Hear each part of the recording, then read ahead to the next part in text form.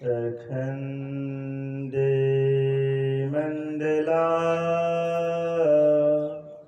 कारं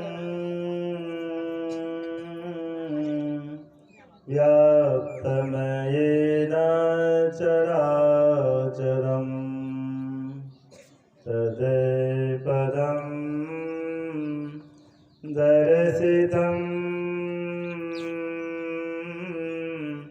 येन तस्मै श्री गुरवे नमः। परम गुरवे नमः। परात्पर गुरवे नमः। परमात्मा गुरवे नमः। आत्मा गुरवे नमः। आदि गुरुदेव अनादि गुरुदेव अनंत गुरुदेव अखिल गुरुदेवा शरण गुरुदेव शरण गुरुदेव श्री गुरु महाराज चरणारविंद नमो नमस्ते। मंच विराजित पूज्य बाबा के चरण कमलों में कोटि नमन। समवेत समादरणीय सज्जन वृंद, आदरणीय माताओं तथा भक्तिमती बहनों, आप सभाओं के चरणों में प्रणाम।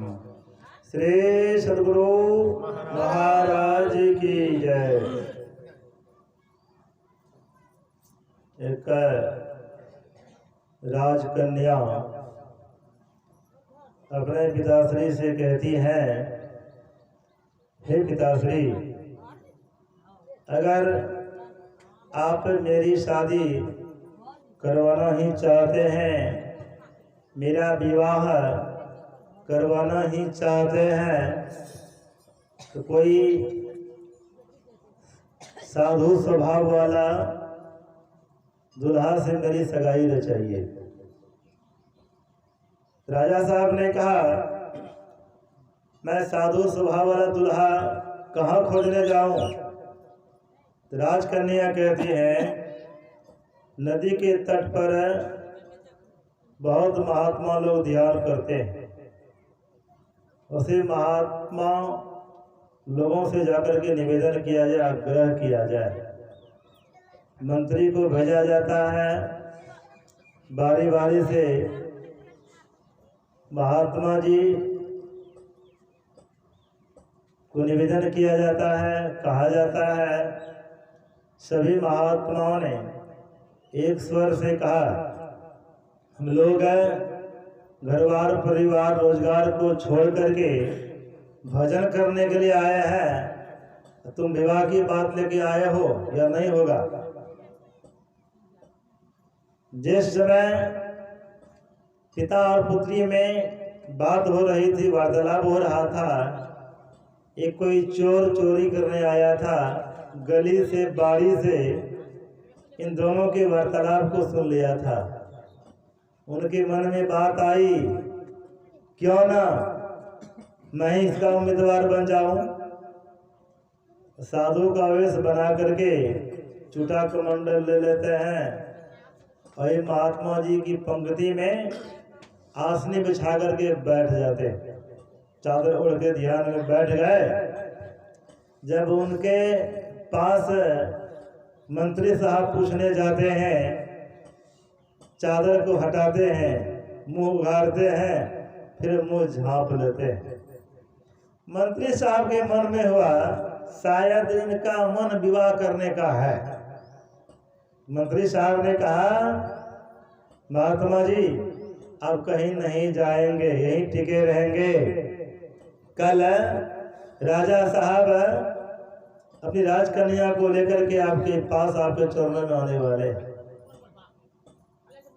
राजा साहब का आदेश हुआ, नदी के तट को साफ कराया जा रहा है, बिजली बत्ती टेंट सब जगह फिट किया जा रहा है।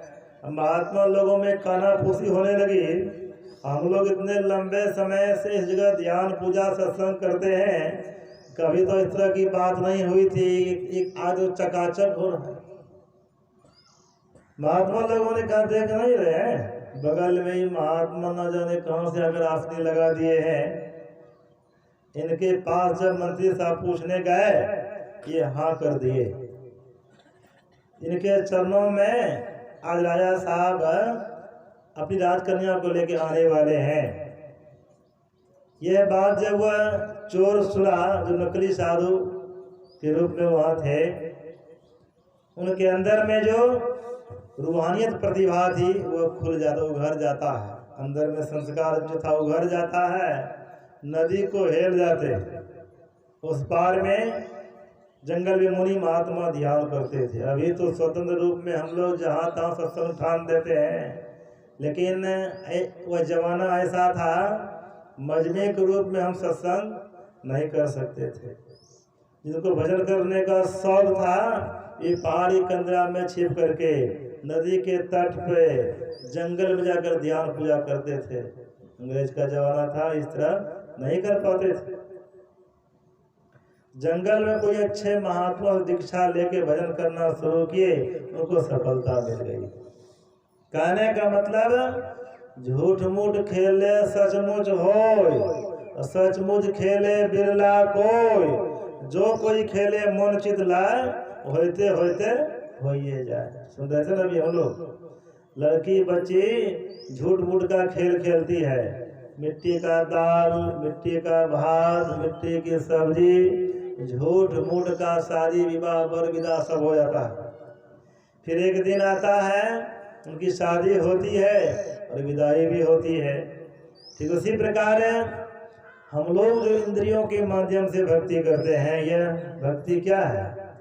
यह सार नहीं है और सार भी नहीं है। क्या है? शुरुआत है। सुनते थे ना, हमारी देह में जो 14 इंद्रियाएं हैं, 5 कर्म इंद्रिय, 5 ज्ञान इंद्रिय, 4 अंतःकरण की सूक्ष्म इंद्रियाएं हैं, मन, बुद्धि, चित्त और अहंकार। इन 14 इंद्रियों के द्वारा ईश्वर को प्रत्यक्ष करने की चेष्टा करना, प्राप्त करना, दीदार दर्शन करना, झूठ ही एक प्रकार का खेल करना है। इनसे वह नहीं जाना जा सकता। लेकिन इंद्रियाएं क्या है? प्रकार का मध्यम है। यह सार नहीं है और सार भी नहीं है। यह क्या है? शुरुआत है। शुरुआती दौर में जब विद्यार्थी पढ़ाई शुरू करता है, शिक्षक महोदय क्या करते हैं? पूरी पाठ्य में एक क लिख देते हैं, उसी में हाथ घुमाया जाता है। घुमाते घुमाते जब विद्यार्थी अभ्यस्त हो जाता है, उसी पार्टी में पूरी वर्णमाला को हटा लेता है।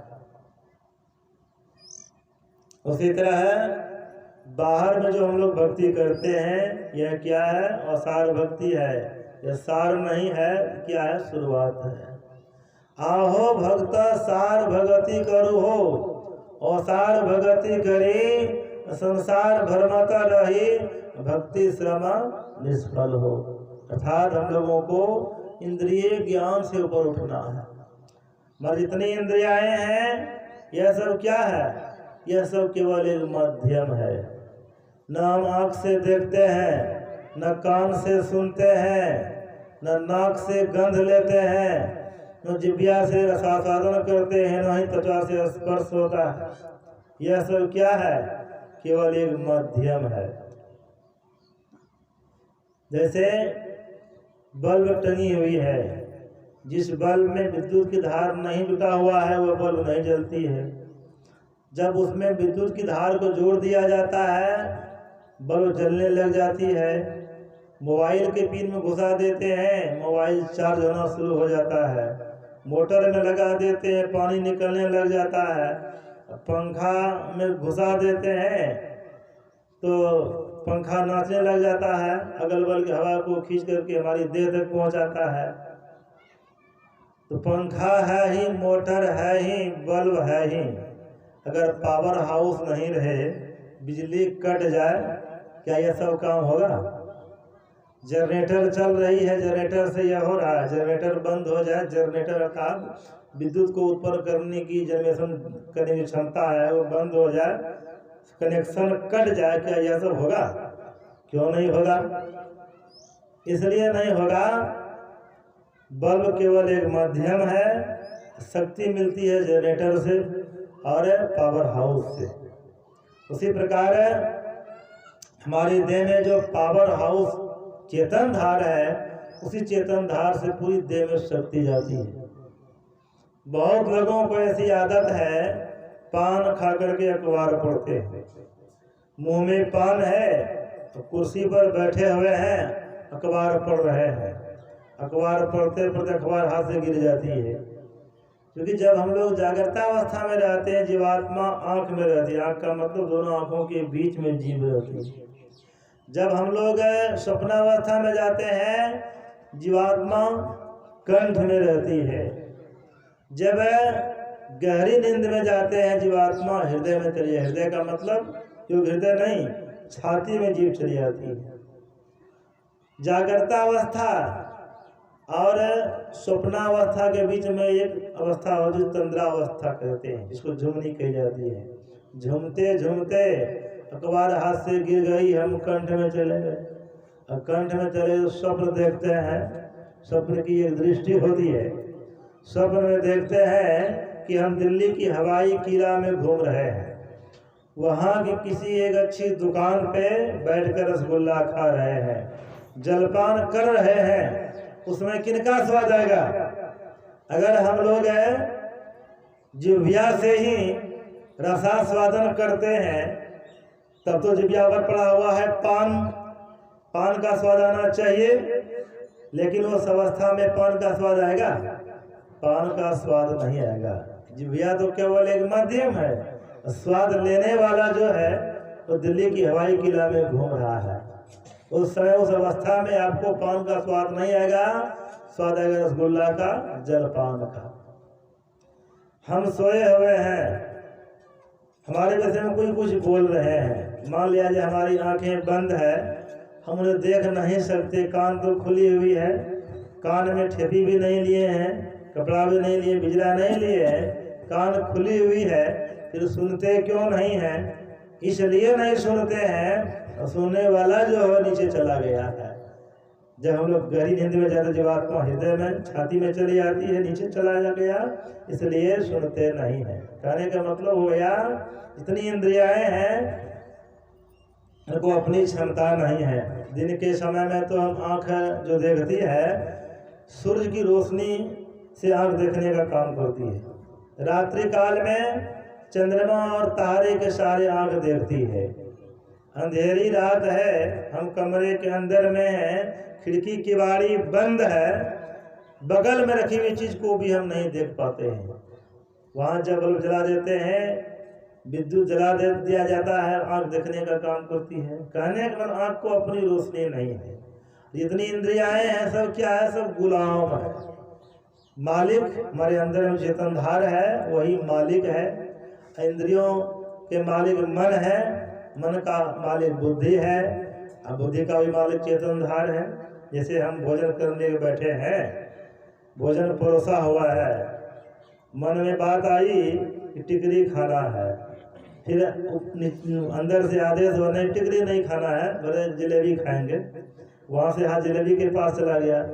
फिर मन में बात आई नहीं, फिर चेतन धार क्या कहते नहीं रसगुल्ला परे खा लो। कहने का मतलब हमारे अंदर में कोई चेतन धार है, उसी चेतन धार के द्वारा हम उस परमात्मा को जान सकते हैं। अर्थात उस परमात्मा तत्व को जानने के लिए हमें इंद्रिय ज्ञान से ऊपर उठना पड़ेगा।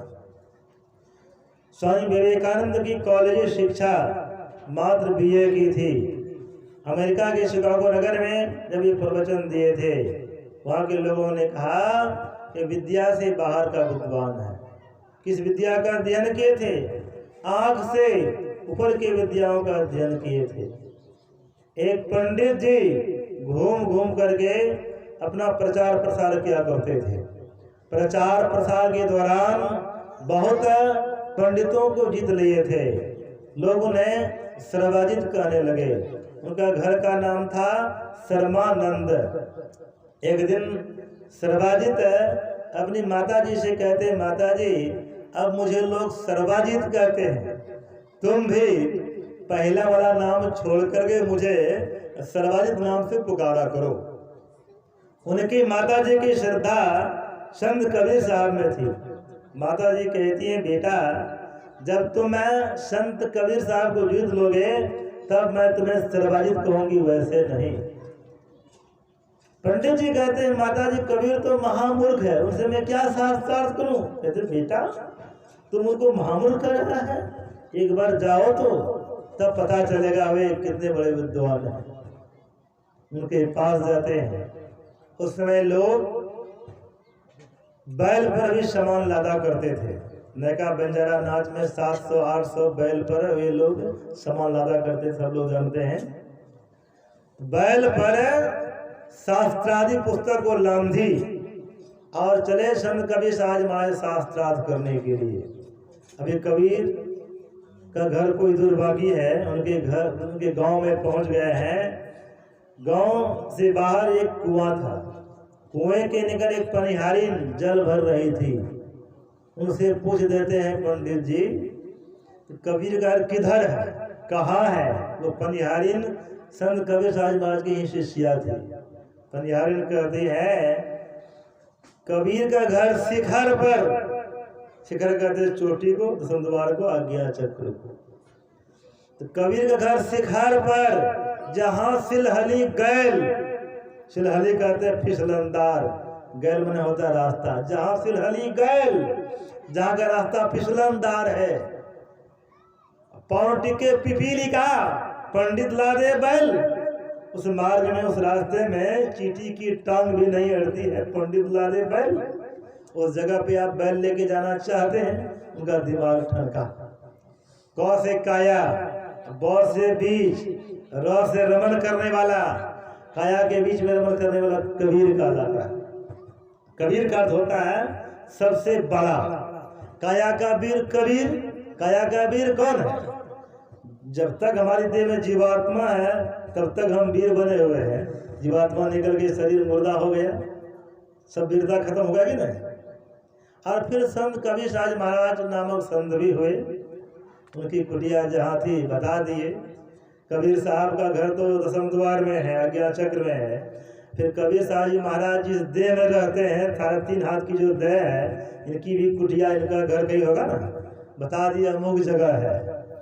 पंडित जी वहाँ पहुँचते हैं और पनिहारिन से एक लोटा जल ले लिए थे। जल भरा हुआ लोटा संत कबीर साहब जी महाराज के सामने रख देते हैं।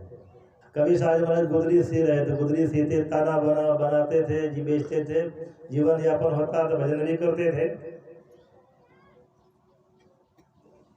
उनका जल भरा रखने का प्रयोजन था, जिस प्रकार यह लोटा जल से लबाला भरा हुआ है, ठीक उसी प्रकार मैं भी ज्ञान से लबाला भरा हुआ हूँ। संत कबीर साहब मन की बात को समझ के उत्तर देते हैं। गुदरी सीने वाली सोई को जल में गिरा देते हैं, नीचे बैठ जाता है, लोटे की पेंदी तो वो सोई चला जाता है, बैठ जाता है, झगड़ा कर नीचे बैठ गया। संत कबीर साहब उत्तर देते हैं, जितना तुम्हारा ज्ञान है, तुम्हारे ज्ञान से बहुत गहरा मेरा यह आध्यात्मिक ज्ञान है, अर्थात तुम्हारे ज्ञान को छेद कर बाहर निकल जाने वाला मेरा यह आध्यात्मिक ज्ञान है। फिर भी पंडित जी नहीं समझ पाए, क्योंकि उनके अंदर में अहंकार की बीज पड़ा हुआ था। पत्थर की दीवार के जैसा जीवन में कभी नहीं मुड़ने वाला अहंकार मानव को नरक की सीढ़ी पर ले जाता है। लाख ज्ञान उर में धरे, लेस मात्र अभिमान, भोजन के भंडार में मल के छींट समान। लाख ज्ञान आपके पास है, अगर अभिमान हो गया है, घमंड हो गया है, अहंकार हो गया है, मोह हो गया है, लाख ज्ञान उर में धरे, लेस मात्र अभिमान, भोजन के भंडार में मल के छींट समान। पूरी कचौड़ी मेवा मिष्टान दाल भात पावल घी अचार बना हुआ है, अगर मल का छींटा गंदा पानी पड़ गया, सब बेकार हो गया कि नहीं? कहते हैं मैं आपसे शास्त्रार्थ करने आया हूँ, कबीर साहब जी महाराज कहते हैं, शास्त्र पुराण की बात को तो मैं नहीं जानता, शास्त्रार्थ कैसे करूं। कहते अगर शास्त्र पुराण की बात को आप नहीं जानते हैं, किसी कागज पर लिख दीजिए। कबीर हारा, सरवाजी जीता। कहते अरे भाई मैं लिखना पढ़ना नहीं जानता हूँ, मुझसे कागज छो नहीं, कलम का नहीं हाथ, अपने आप लिख लीजिए। अपने से पंडित जी लिखते हैं, कबीर हारा, सरवाजी जीता।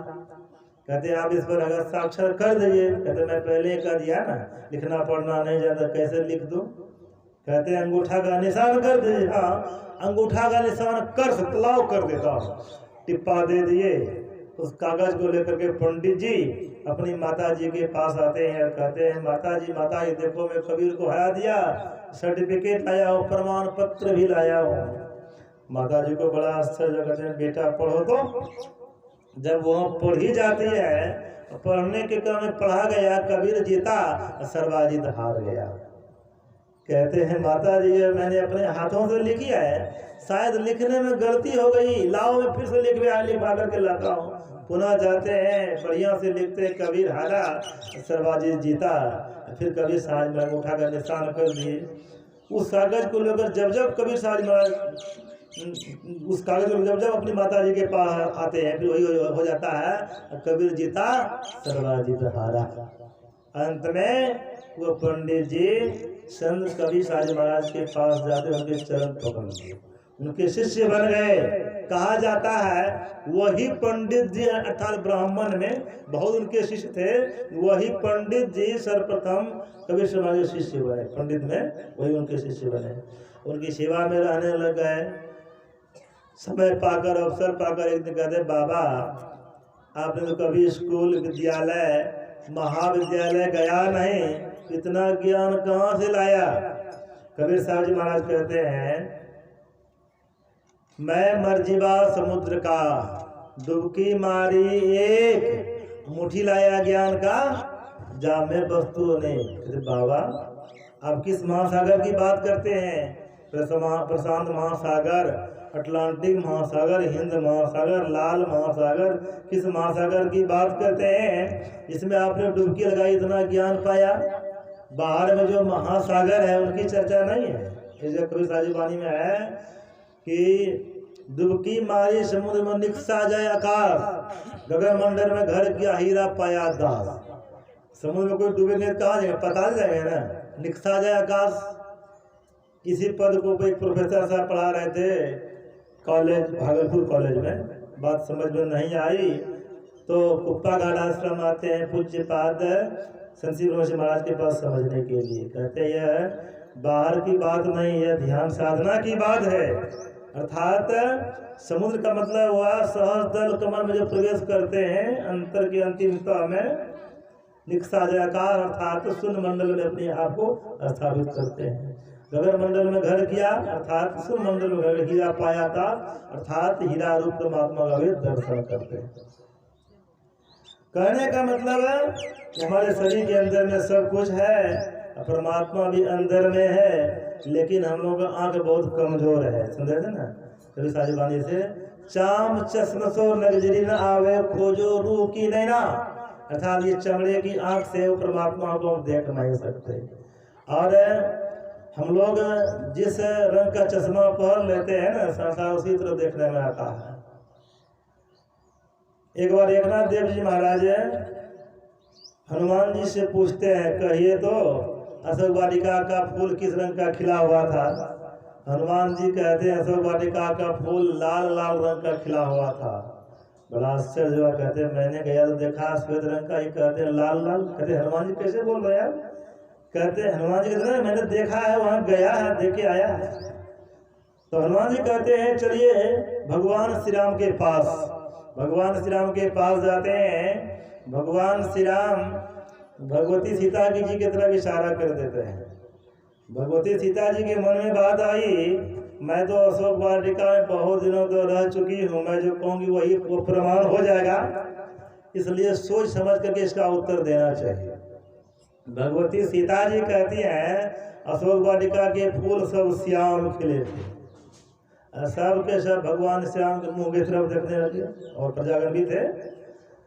तो भगवान श्री राम कहते हैं, हनुमान जी आप जो लंकापुरी गए थे ना, सीता जी की स्थिति को देख करके क्रोध के मारे आपकी आंखें लाल लाल हो गई थी।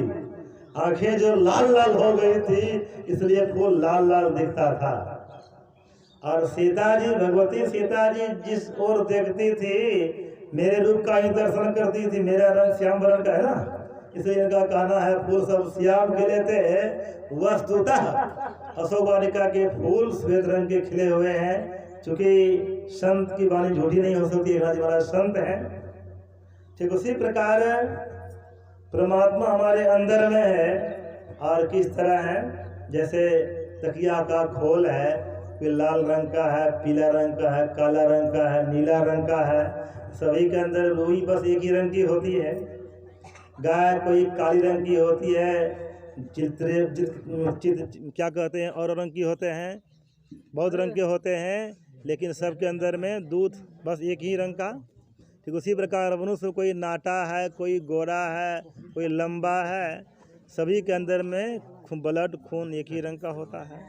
ठीक उसी प्रकार हर देश में तू, हर वेश में तू, तेरा नाम अनेक तू एक ही है। परमात्मा एक ही है, एक है।